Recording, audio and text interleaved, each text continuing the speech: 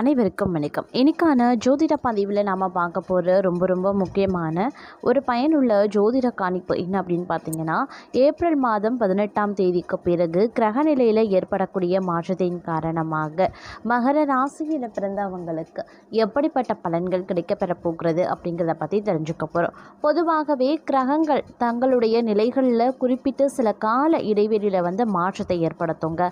இது பார்த்திங்க அப்படின்னா 12 ராசிக்காரர்கள் மத்தியிலையுமே வெவ்வேறு விதங்களில் தாக்கத்தை ஏற்படுத்தும். அந்த வகையில் பார்த்தோம் அப்படின்னா, தற்போது நிகழ்ந்திருக்கக்கூடிய இந்த கிரக மாற்றத்தின் அடிப்படையாக கொண்டு பார்த்தோம் அப்படின்னா, மகர ராசியில் பிறந்தவங்களுக்கு சுபமான பலன்களை கிரகநிலைகள் அமைக்கப்பெற போகிறதா அல்லது சாதகமற்ற விளைவுகளை கிரகமைப்புகள் ஏற்படுத்த போகிறதா, என்ன மாதிரியான விஷயங்கள் எல்லாம் நீங்கள் ரொம்ப கவனமாக இருக்கணும், என்ன மாதிரியான விஷயங்களை முயற்சி பண்ணால் உங்களுக்கு சாதகமான நிலைகள் உருவாகும் அப்படிங்கிறத பற்றின முழு தகவலை நீங்கள் தெரிஞ்சுக்க வீடியோவை ஸ்கிப் பண்ணாமல் கடைசி வரைக்கும் பாருங்கள். இந்த பதிவு உங்களுக்கு மிக பயனுள்ள விகிதத்தில் இருக்கும். வீடியோக்குள்ளே போகிறதுக்கு முன்னாடி இதுவரைக்கும் நீங்கள் நம்ம சேனலை சப்ஸ்கிரைப் பண்ணல அப்படின்னா உடனே சப்ஸ்கிரைப் பண்ணிக்கோங்க. அப்படியே பக்கத்தில் இருக்கக்கூடிய நோட்டிஃபிகேஷனுக்கான பெல் பட்டனையும் ப்ரெஸ் பண்ணிக்கோங்க. சரி நேயர்களே, வாங்க வீடியோக்குள்ளே போகலாம். மகர ராசி அன்பர்களே, இந்த காலகட்டத்தை பொறுத்த வரைக்கும் பல்வேறு வகைகளில் உங்களுக்கு பார்த்தோம் அப்படின்னா நல்ல ஒரு மாற்றங்கள் ஏற்படுவதற்கான வாய்ப்பு அதிகபட்சமாகவே இருக்கிறது அப்படின்னு சொல்லலாம். இந்த நேரத்தை பொறுத்த வரைக்கும் வெளியூர் வெளிநாட்டு பயணங்கள் சாத்தியமாகும். அதே மாதிரி நீங்கள் செல்லக்கூடிய ஒவ்வொரு பயணங்களும் பார்த்தீங்க அப்படின்னா உங்களுக்கு சாதகமான நிலைகளும் செல்லக்கூடிய பயணங்கள் தங்களுக்கு வெற்றியையும் தரக்கூடிய வகையில் இருக்கப்பெறுகிறது அப்படின்னு சொல்லலாம். ஆன்மீக ரீதியான நாட்டம் இந்த காலகட்டத்தில் சற்று அதிகரிக்க செய்யுங்க. அதே மாதிரி ஆன்மீக சுற்றுலா இன்ப சுற்றுலா செல்வதற்கான வாய்ப்பு இன்றைய காலகட்டத்தில் அதிகபட்சமாகவே இருக்கப்பெறுகிறது அப்படின்னு சொல்லலாம். இருப்பினும் ஆரோக்கிய விஷயத்தில் கொஞ்சம் கவனமாக இருங்க. இருந்தாலும் பெரிய அளவில் பாதிப்பு இல்லை அப்படின்னாலும் ஆரோக்கிய விஷயத்தில் கவனத்தோடு இருப்பது தேவையில்லாத மருத்துவ செலவுகளை தவிர்க்க உதவி செய்யும் அப்படின்னு சொல்லலாம். அதே மாதிரி பார்த்தோம் அப்படின்னா, வியாபாரம் நன்றாக சென்றாலும் கூட பெரிய லாபமோ அல்லது வளர்ச்சியோ உடனடியாக உங்களால் பார்க்க முடியாது. எந்த முக்கியமான விஷயமாக இருந்தாலும் குடும்பத்தினருடன் முக்கியமாக பெரியவர்களுடன் கலந்து ஆலோசித்து முடிவெடுப்பது அவசியமாகிறது. செலவுகளை கட்டுப்படுத்துவது கடன் வாங்காமல் தவிர்க்க உதவும் அப்படின்னு சொல்லலாம்.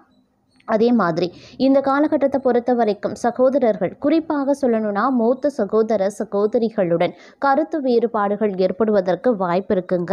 அதனால் கொஞ்சம் பேசும்போது கவனமாக பேசுங்க. வார்த்தைகளில் ரொம்ப கவனமாக இருக்க வேண்டியதும் அவசியமாகிறது.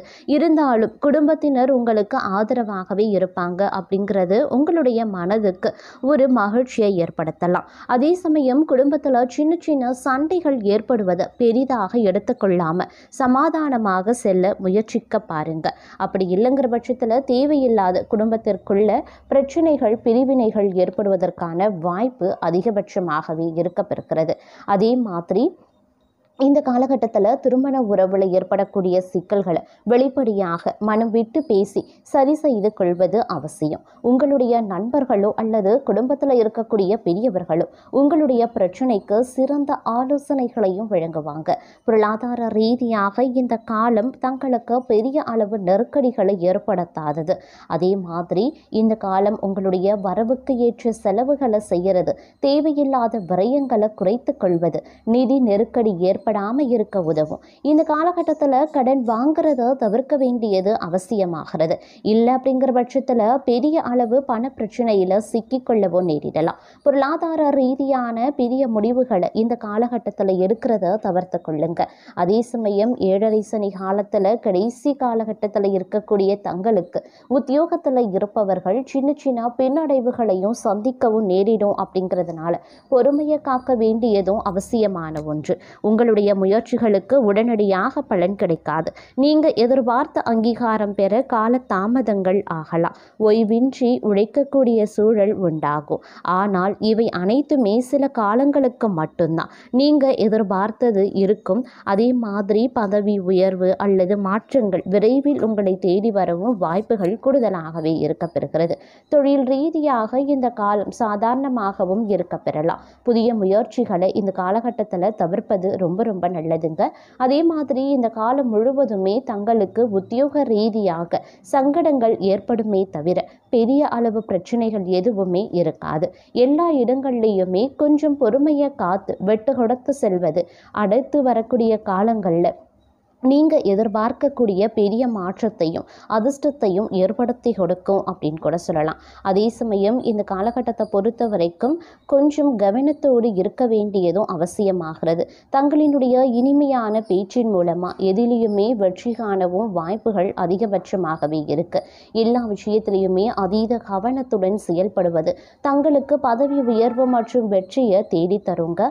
எதிர்பார்த்த வாய்ப்புகள் வந்து சேரும். அதை சரியாக பயன்படுத்தி கொண்டீங்க அப்படின்னா வாழ்க்கையினுடைய அடுத்த கட்டத்திற்கு நீங்க செல்ல முடியும். அதே மாதிரி எல்லா விஷயத்திலையுமே கவனத்தோடு செயல்படக்கூடிய பட்சத்தில் பிரச்சனைகளை பெரிதாக்காம பார்த்து கொள்ள முடியும். வரக்கூடிய பிரச்சனைகளையும் உங்களால் தவிர்க்க முடியும். அது மட்டும் இல்லாமல் உங்களுடைய வேலை மற்றும் வியாபாரம் தொடர்பாக இழப்புகளை சந்திக்க வாய்ப்பு இருக்கு.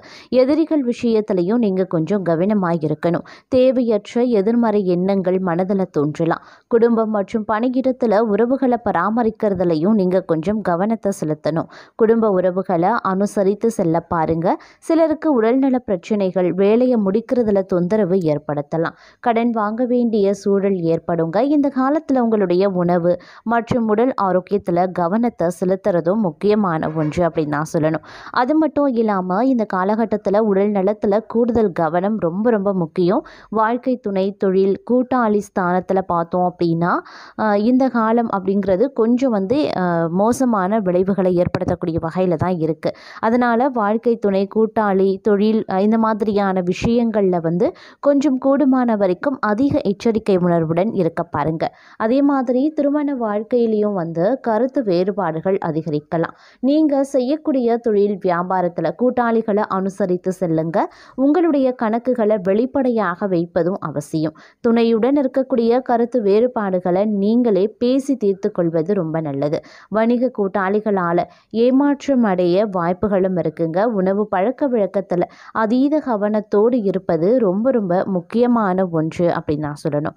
அதே சமயம் இந்த காலகட்டத்தை பொறுத்த வரைக்கும் பல வகைகளில் பிரச்சனைகளை நீங்கள் எதிர்கொள்ள வேண்டிய சூழ்நிலையும் உருவாகலாம். அப்படிங்கிறதுனால கொஞ்சம் எச்சரிக்கையாக எல்லா விஷயத்திலையுமே சிந்தித்து செயல்படுவது ரொம்ப ரொம்ப அவசியமான ஒன்றுங்க.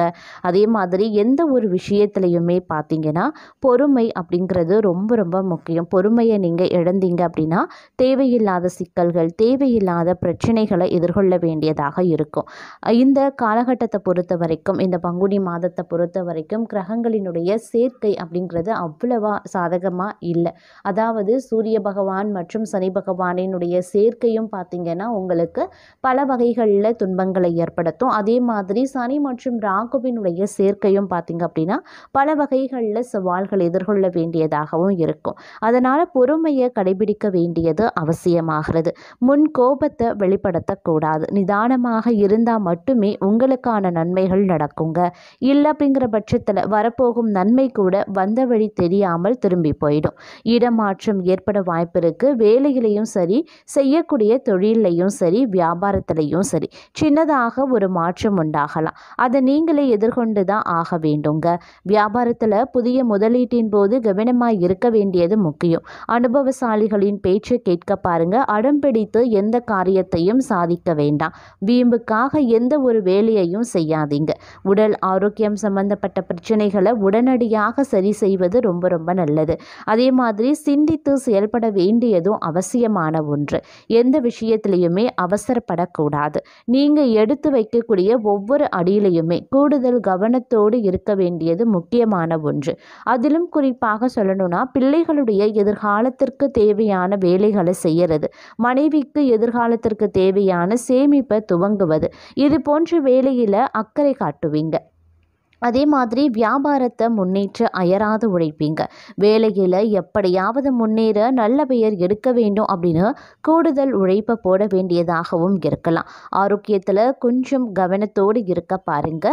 குடும்பத்தில் அவ்வப்போது பிரச்சனைகள் எழுந்தாலும் கூட ஓரளவிற்கு சந்தோஷத்திற்கு எந்தவித பிரச்சனையும் இருக்காது அப்படின்னு சொல்லலாம். இருப்பினும் குடும்ப விவகாரங்களில் மற்றவர்களிடத்தில் பகிர்ந்து கொள்வதை தவிர்க்கக்கூடிய பட்சத்தில் குடும்பத்தில் தேவையில்லாத பிரச்சனைகளை உங்களால் தவிர்க்க முடியும். அதே சமயம் உங்களுக்குரிய மதிப்பும் மரியாதையும் பார்த்தீங்க அப்படின்னா அதிகரிக்கவும் வாய்ப்புகள் இருக்குங்க.